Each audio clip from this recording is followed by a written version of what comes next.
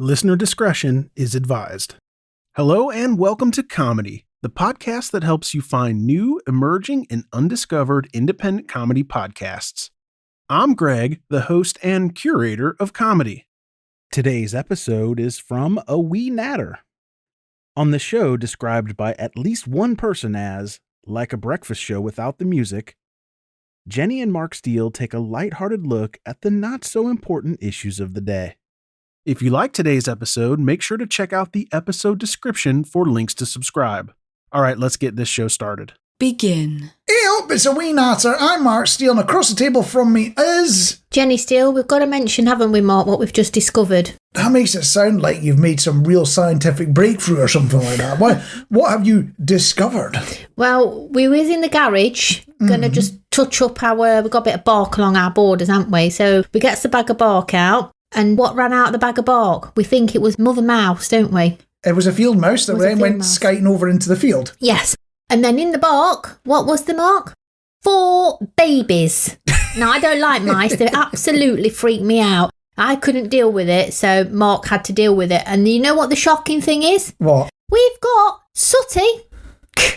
Just didn't even pay attention. I have Oscar that comes round all the time, and he never even noticed. I've now put an advert out on Sooty's page to ask if we could borrow somebody's chief mouser just for the day, just so they can check the rest of the garage out and make sure there's no more in there. You're talking about cats here, you're not talking about people. I need a cat, a chief mouser. Okay. So if anybody's got a cat that they want to loan me for the day that's wicked, catching the meesk, I'll treat them to dreamies if they come my way. But then if you're trying to get the cat to go after whatever field mice might be in there, enticing them with food, you're only going to put them off. So you have to starve the cat and then let it chase because it's after the scran. That's what you got to do. But they ruined my beautiful autumn wreath. It was all nibbled at. Well, at least somebody enjoyed it. And on that note, and going more positively, we are joining you on the week that a new emoji has been announced. Oh, yes. Well, it was announced last week. This show kind of didn't happen last week, but new emoji was announced. What do you think it's for? It's for the coronation. Yes, indeed. It is a picture of a purple crown, and it is for a new coronation. And much like the phrase plaited jubes, I don't think it's something we'll be talking about in 10 years' time. When you say coronation, I think of Ina Sharples, Bet Lynch, that sort of thing. Coronation Street. Oh, I was looking completely lost there. I'm like, what are you on about? Are you on about the plants? Is somebody connected to the plants for some reason? Thinking about the coronation, it's coming up. It's a couple of weekends away now, isn't it? I'm only glad because it's a bank holiday. Yeah, and I'll probably be drunk in my garden trying not to set fire to the fence with a rickety old barbecue. Yeah. But that's just any normal Saturday, even in the winter. And on a more positive note, because we're going up from mice to plaited jubes Mark II, to the post bag has arrived. Yeah. Yeah. And off the back of April Fool's Day, we asked you what your favourite prank was. Slapup's got in touch with the old chestnut of swapping identities with one of your mates. I'm sure there's been films about that sort of thing, sort of like Mind Swap, Freaky Friday type stuff. But anyway, Slapup's been in touch. Swap with one of your mates when you had a new relief teacher in high school. And he still remembers getting a mate detention on one occasion and a high grade on a test. Oh, wow. There we go. And I must say, people used to get confused between me and my brother, but we never actually tried to fool them because we weren't twins and it was bad enough already. So we didn't want to add to it on top of that. Age has also been in touch saying changing the CDs into random covers when friends had their collections all sorted chronologically or alphabetically or whatever it was, then suggesting they put one on and just watching their furrowed brows and looks of confusion. I've done that one myself, actually. Have you? Yeah. Accidentally, admittedly. Now, never mind doing it to anyone else. And that's my excuse for why my Celine Dion albums were in my Grand Theft Auto 5 case. Yeah. And on that note, I think it's time for a wee natter. It's amazing how it's the little things in life that wind you up, isn't it? Like me being tall, which means traffic lights are a problem for me. And that's not the reason you're thinking of, I'm walking down the street and I smack into them all the time. That's not the reason for it. It's having to lean out the window because the roof of pretty much any car I've ever been in my life blocks my view of the traffic lights. So if I'm the first car in the queue, I can't actually see the lights unless I'm bending my back into weird shapes or leaning out of the window. And this is genuinely just a tall person issue you never think about, but it's such a little thing. I'm stressed because I'm normally the passenger. That's why I get you to shout when it goes green, because I just can't see it. But another one is, and this got worse when I had back problems. Why is the world built for small people? Now, I only really this got home to me was because I had a back problem that meant I couldn't bend over, but not without being in excruciating pain. So it then meant hand dryers, kitchen surfaces, and even at the shops. I'm 6'4". Having to bending over was excruciating pain. I got good at semi-squatting when I had to, do any of that sort of thing, which has nothing to do with being on the toilet. Semi-squatting. How about you, Jenny? Are there any small things that wind you up? Loads of things wind me up. Everything seems to wind me up. You're always joking about it. Picking the toilet that's got no toilet roll in it. Would you say that was a small thing? You can have a cubicle of 12 and I'll pick one and you'll be guaranteed the one that hasn't got any toilet roll left. Whoa. So you're saying you don't do the check? So, no. when you go to a public toilet, and there's a range of cubicles, and you have to use a cubicle. Yes. There's no choice. That is your only option. And I go in, and there isn't any. Another thing is people that say all the time. So when you're listening to when you listen to somebody having on an interview, like on another radio station, and then they can't string a sentence together because every other word is and that really does wind me up. And I don't know if that's a small thing either, because that winds me up as well. Well, the thing is, almost everyone does that in real life. I do it in real life. I'm sure you do it in real life, Jenny. What you're supposed to do? Take a pause and think about it, and then doesn't matter. A little bit of, what do you call it? I don't want to call it dead air, but I went on this training course to do like a presentation, and we were filmed doing our presentation, and most of us did the like that everywhere.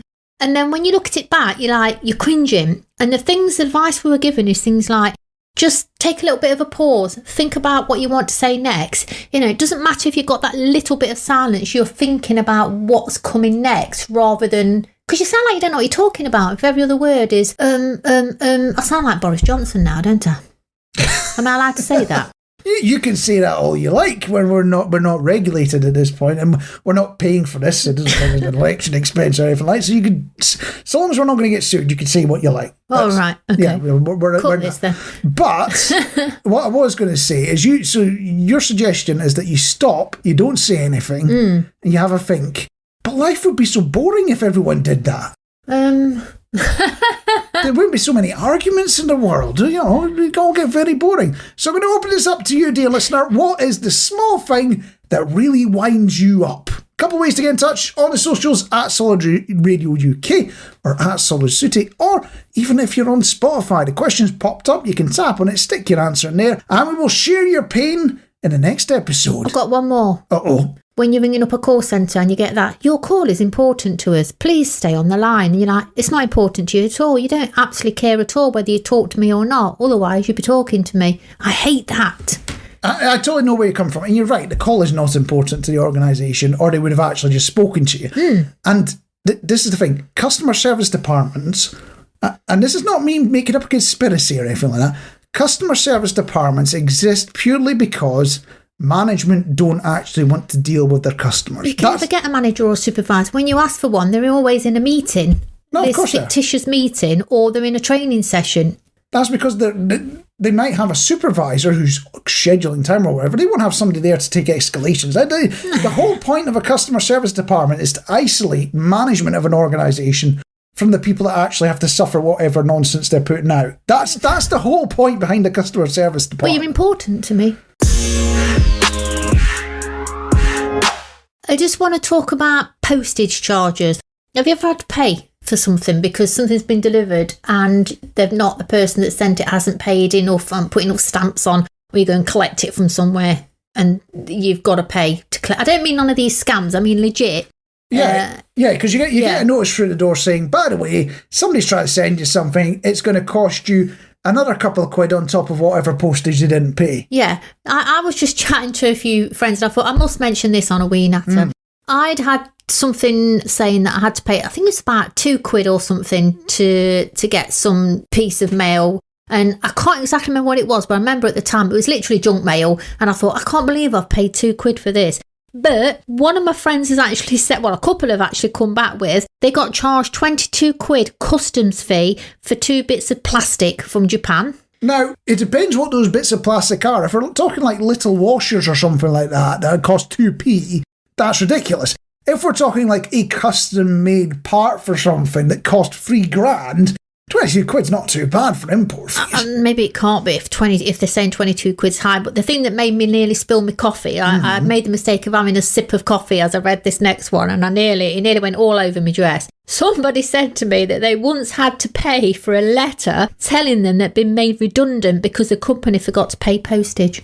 Oh. I mean, it's funny, but it's not. Do you know what I mean? Oh, you know, companies can be very impersonal when they have to let you go. Yeah. If we I hate to think of things this brutally, but at the end of the day, a job is a transaction, isn't it? You know, yeah.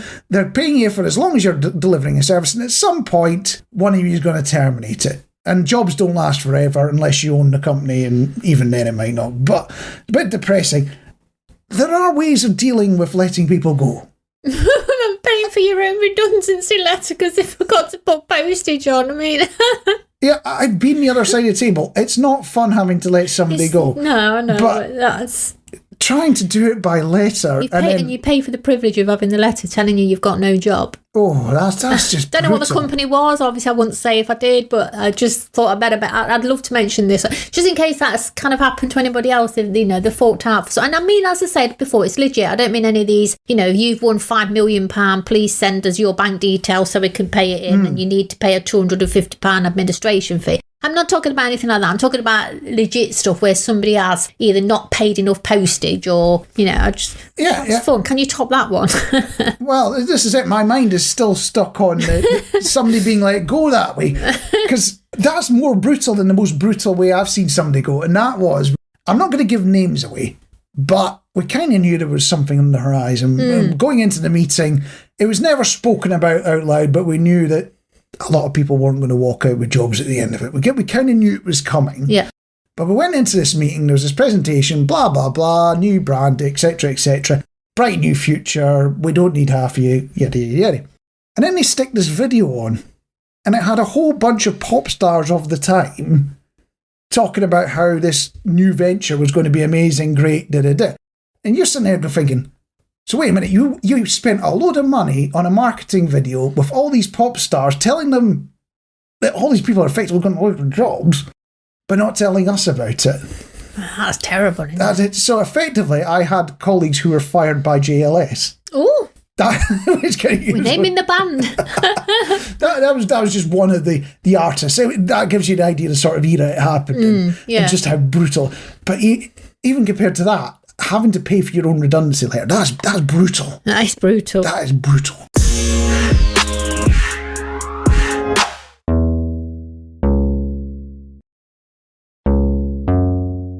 This is going to sound absolutely mad, but I have come across a conspiracy I actually believe. Oh.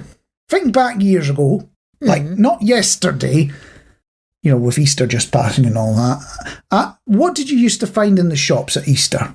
Easter eggs and Cadbury's cream eggs. Yeah. So I went down the weekend after Easter, even before Easter. What wasn't in the shops? Cadbury's cream eggs. Yeah, and Easter eggs. They're even gone before Easter now. That's a shame, that. Where have they all gone? I mean, you'll hear excuses about modern logistics and data and things like that. But in my head, there are two possibilities for the location of the missing, low-priced, out-of-season chocolate. Retail outlets. That's a third option. My first option was they're keeping it for next year. Yeah. Just the trick for that would be to look at the best before dates, and if you see it scored out, a new one sharpied on. Yeah. But that would be too obvious, though, wouldn't it? If you literally pick the egg up in your hand. I've seen. Sure, come off in your hand. Well, if your chocolate looks like it's going grey, it generally means it's a bit old, and to be like, so it'd be too obvious if they did that. The second option is that there's an egg fiend somewhere with a garage full of bargain Easter eggs to pig out on. I may or may not be that person.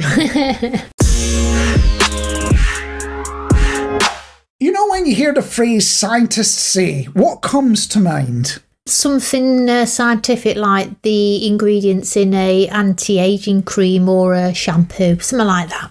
So you're saying usually followed by something you're like, is that really what scientists said? 8 out of 10 scientists said their cats preferred it. Yeah, why would the scientists care what their cats said?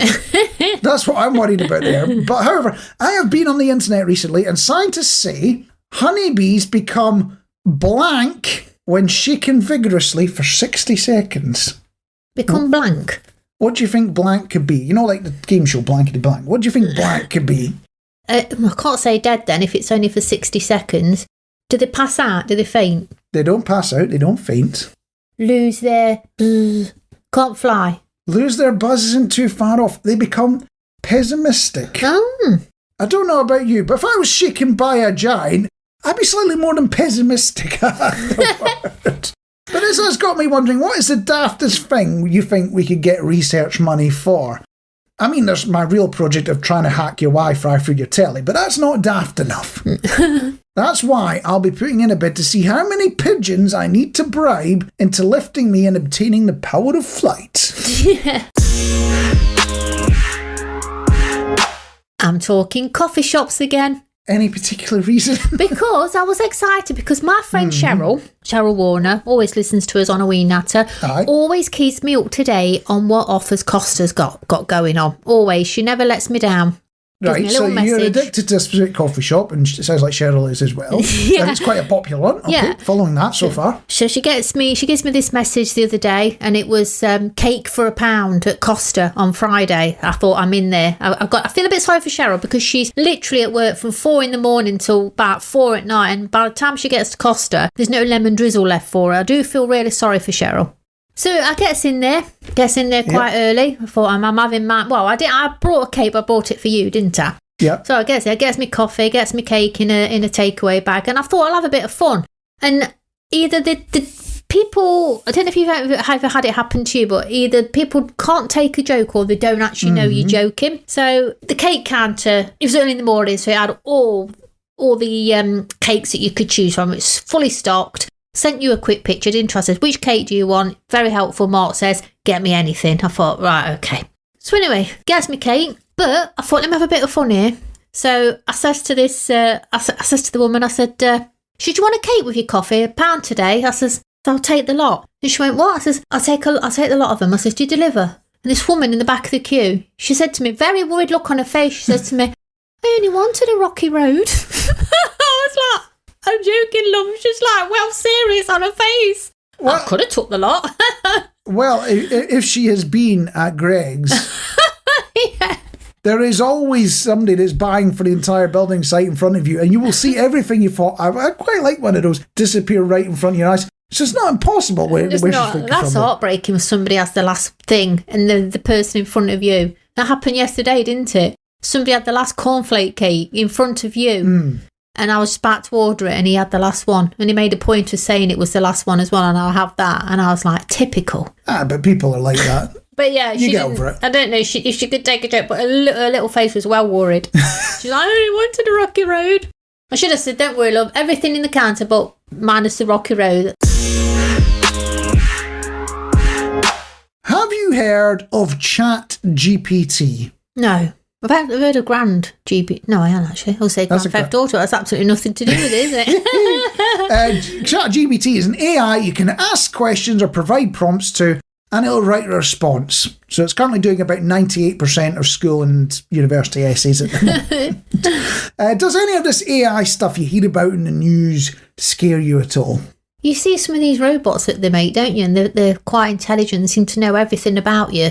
I think that could be a little bit... They look scary, actually. I want one of them just wheeling itself into the room, even if it's saying, hi, my name is Savannah. Would you like a cup of tea? I was like, that would freak me right out. Would it not you? Even though, yes, I would like a cup of tea, Savannah. I don't think I would like a robot coming in. They just look freaky. So you don't want the 1960s style robot bustler? No, that would freak me out. I mean, they could have a malfunction, couldn't they? And then start poisoning you. That's quite specific. I don't know. I don't like it. But yeah, a lot of people, when they're worrying about AI stuff, it's loss of jobs, which is a genuine worry, especially as, it's across the spectrum. It's not just manual work. There will also be a lot of thinking work that the AI will be taking over. Making decisions that are biased and not always explained. Like, there's an AI that he taught to look for cancer in images. Oh, wow. So they showed it, here's pictures with cancer, here's pictures without cancer. Turns out it was detecting the ruler in the images. Cancer images tended to have a ruler next to them to show how big the tumour was. Yeah. Oh. See, that's scary, isn't it? So AI isn't always the brightest, is it? No. And back to specific AI and ChatGPT. A chap who used it, what do you think he used it for? He's got this AI that can write any prompt. Not to do... Could we use it for Wee Natter? No, maybe not. To make an excuse to his boss why he can't come into work today. That's actually not a bad idea. I'll have a look at it. I'll give it a shot, see what happens. No, he used it to name his kid. Oh. I haven't even revealed the name, but how would you feel about a computer algorithm naming a kid? That'd be interesting. Whether I'd have it or not, I don't know, but it'd be interesting to hear. So, bear in mind that this was in Hong Kong, so it's not going to come out with British names, but it did come out with a few ideas. And so it's not going to come out with Dave or Barbara, but it did come out with a few ideas. It came up with Zayu, which means wise universe, Mei Feng, which means beautiful mountains, or Mingli, which means understands things. Oh. Which doesn't sound too bad, to be honest, does it? No. So I got ChatGPT to name this show. So I thought, you know what, we've got this podcast here. I showed it our description that we put in there. We talk about what the show does and all that. Yeah. And I said, give us some titles for this podcast. And here's the titles that came up with, all 10 suggestions. The Steele Breakfast. Breakfast? I don't know where it's getting breakfast from, but there we go. Jenny and Marc in the morning. There's a theme here, isn't there? Plucky and wifey at breakfast. Heart radio. Yeah, that's what it sounds like to me. Light-hearted matters. Yeah, I'm liking these so far. The Daily Steele. That's good. We'd have to do it every single day, though. I don't think I could be bothered with that level of effort. No, I don't like you, dear listener, but I think even you would get sick of this every single day. Insignificant issues. I don't like to be thought of as being insignificant. Unimportant conversations. Well, it is unimportant, really, isn't it? Although the Costa wasn't unimportant. I was letting everybody know you can get a cake for £1 on Fridays. The Steele Show. So it's got along the same sort of lines. Yeah, but not daily, yeah. Jenny and Marc's Chit Chat. I thought you said Jenny and Marc's Chip Shop. That would be the only chip shop in the country that has more wastage than it actually sells in food. The Not So Important Podcast. No, that sounds like we're not worth listening to. At least to be honest. And the final one, Spider Song and Snapshots. What the hell? Where did it get that from? Why has it got the word spider? I'm going to start looking around the room now thinking I'm seeing one. So out of that list, which one do you want to go for? Well, it won't be number 10, that's for sure. Having worked in radio studios in the past as well as me, Mark, why do the chairs in the studio not have any wheels? What came into my mind was, if they had wheels, would it be because they thought I would just glide past the mic and miss my link? I don't even know where you're coming from here. They don't have wheels, the chairs. You know, like the officey chairs? Yeah. They don't have wheels on them.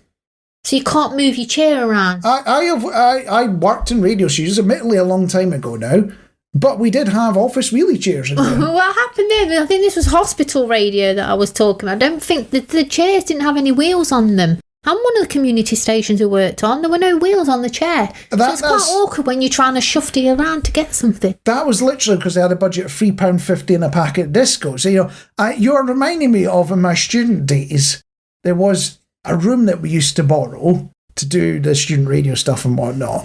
And it was a room that had previously been used as a kiln. So it was a tiled floor. And the only chairs we had access to were the ones you used to get in school. And we're all imagining the same thing. The little here. Tiny ones. Not the little tiny ones. They were adult size. The nurseries. They were adult size, but they were plastic with the metal. Oh, legs. Metal legs, yes. So every time you moved, it was ka-chung, ka-chung, ka-chung, with a lot of reverb because it was in this tiled room. So it was like ka-chung, ka-chung, ka-chung. That's genuinely how it used to go down. I'm not making it up. I just thought it's because they was frightened I would glide past the mic and miss my link, that's all. Oh, it's entirely possible. Although, could you imagine if that's what we did to politicians? Hello. Yeah, it would be a great excuse for them to never give an answer. They would always be gliding past on a wheelie. I'm imagining a brass eye style thing here where you're donut.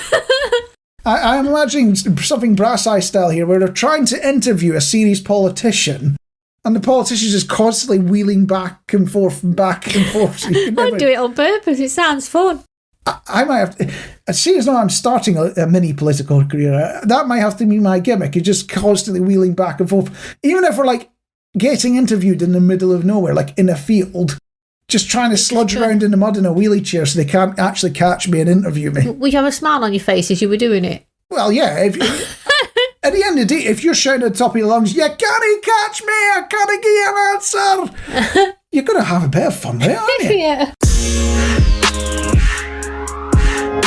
That was, unfortunately, A Wee Natter. I was Marc Steele, and across the table from me was... Jenny Steele. And we're going to ask you to do one little thing, dear listener. In fact, we're going to ask you to do two things. If you have not subscribed, hit the subscribe button in your podcatcher of choice. Yeah. And you will get this fine podcast every single time it gets released, straight to your ears. Where else would you want it? I'm trying to think now. Where else would you want a podcast? It's only into your ears, isn't it? Well, yeah. Yeah, you're not going to put it out on your dinner plate. It wouldn't fill you up, would it? Serve up a wee natter. There you go.